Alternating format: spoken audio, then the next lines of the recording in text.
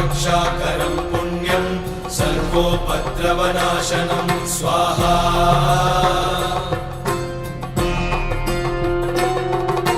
सर्वसम्पत्करं चैव स्वर्गमोक्षप्रदायकं ध्यात्वा नृसिंहं देवेशं हेमसिंहासनस्थितं स्वाहा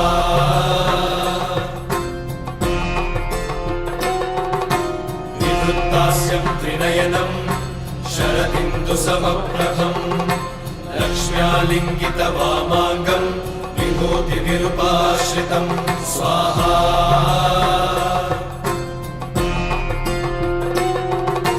चतुर्भुजं कोमलाङ्गं स्वर्णकुण्डलशोभितं श्रिया सुशोभितोरस्कं रत्नकेयूरमुद्रितं स्वाहा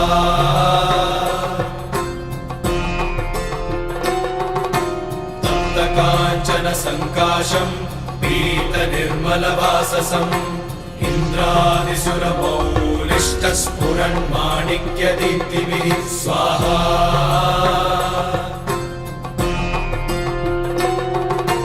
हीराधिपद्मं शङ्खचक्रादिहेतिभिः गरुत्मता च विनयात् स्तूयमानं मुदान्वितं स्वाहा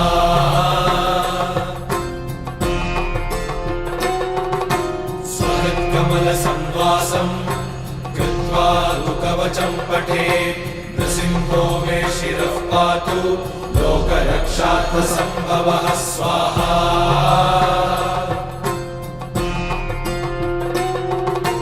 सर्वगोपिस्तम्भवासः फालं मे रक्षतु ध्वनिं नृसिंहो मे दृशौ पातु सोमसूर्याग्निलोचनः स्वाहा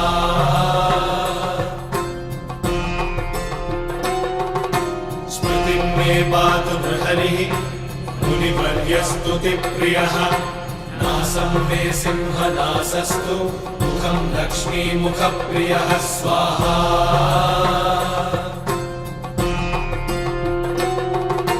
सर्वविद्याधिपः पातु नृसिंहो रसना मम वक्त्रं पात्विन्दुवदनं सदा प्रह्लादवन्दितः स्वाहा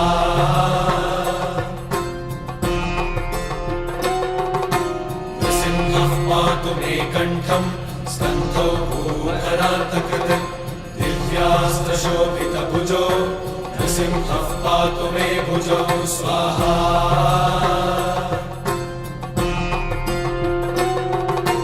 करौ मे देववरदो नृसिंहः पातु सर्वतः हृदयं योगिसाध्यश्च निवासं पातु मे हरिः स्वाहा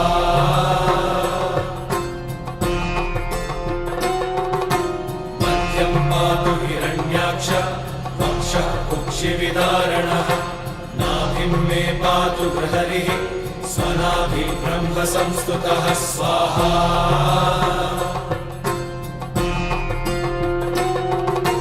ब्रह्माण्डकोटयः कट्यां यस्यासौ पातु मे कटिं गुह्यं मे पातु गुह्यानां मन्त्राणां गुह्यरूपधृक् स्वाहा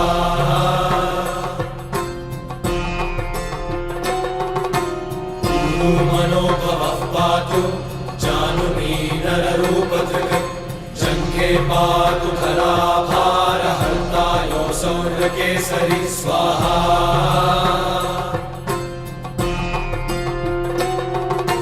सुरराज्यप्रदः पातु पादौ मे बृहरीश्वरः सहस्रशीर्षा पुरुषः पातु मे सर्वशस्तनुं स्वाहा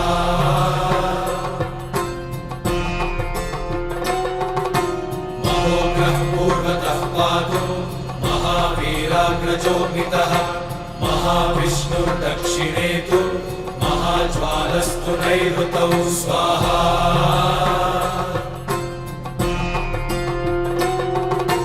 पश्चिमे पातु सर्वेषु दिशि मे सर्वतोमुखः नृसिंहः पातु वायव्यां सौम्यां भीषणविग्रहः स्वाहा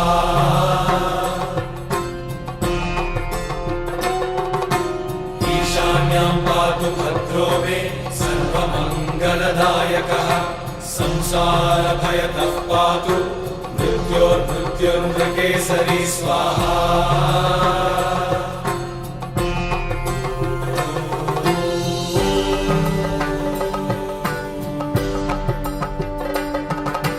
गर्जन्तं गर्जयन्तं निजभुजपटलं स्फोटयन्तं हरन्तं।